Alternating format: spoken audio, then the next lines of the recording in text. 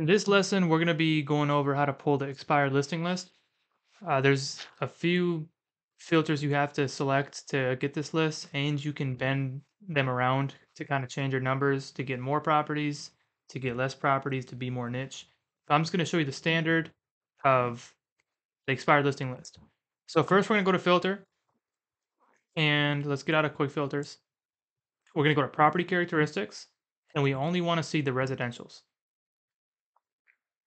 So we got the residentials. Now we're going to go over to MLS status.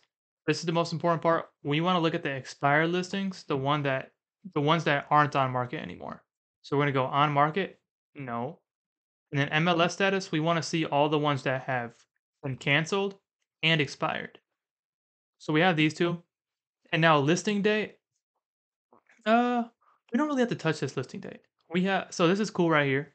So we put in here, so it's everything that has been canceled or expired and that's not on the market anymore. Now we want to go over to ownership info. We want to, I mean, we can call LLCs, but response rate and just close rate, we find it a lot better to reach out to individual owners of people that actually live in the home versus people that use it as an investment. So we like to contact the individuals who own it in their personal name, and it's easier to get a hold of them too.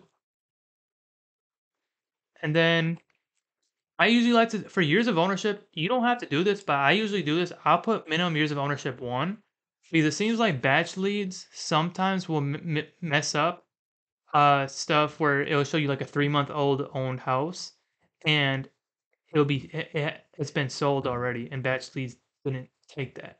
So when you do 1 year of ownership or more, these are the people that still own the home today.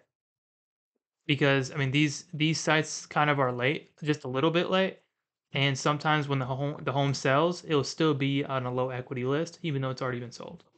So I go 1 year minimum ownership or more. And then one more thing, this is the most important part. We want to go to valuation and equity. And this is a low equity list, so we want to find all the low equity deals. I usually start at 20%, max 20%. You can go all the way up to 30%. This is technically still low equity right here. I mean, let's just do 30%.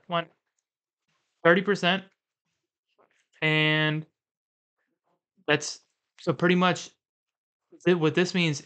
If a home's worth 100,000 and somebody has 30% equity, that means they have $70,000 in debt on the home and they have $30,000 in equity. So that's 30% equity. And then we have the list. This is the whole list. And now I'm ready to let's just pick a market. Let's just type in Cook County, Illinois. Since I already have it up.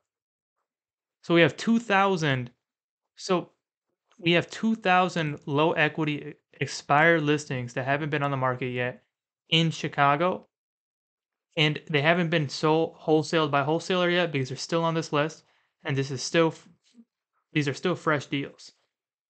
Now, this is great for you to cold call them and pretty much just say, "Hey, Mr. Seller, I saw that you had your property listed. Just kind of want to see the situation. Are you still interested in selling? Whatever." Get the situation, and we already know that they tried to sell it on market, they failed. We know with batch leads that they have low equity, so we know in the back of our head that they couldn't really negotiate on market, or else they would have to pay off the bank, and they would have to pay their agent off as well. So we have this great solution to provide for them, which is creative finance, which we'll talk about a little bit later in the course. But we can offer creative finance to them and provide them a solution and say, "Hey, what if we took over the payments and we gave you a down payment? We gave you the we gave you a down payment to walk away with, because on market you weren't really going to walk away with anything." And that's where that conversation goes. But this is a little more advanced list to talk to sellers about. But this is how we pull the list, and this is the low equity expired list. This is the criteria again. Feel free to screenshot it and save it in your computer. And yeah, now we're gonna go on to the pre-foreclosure list.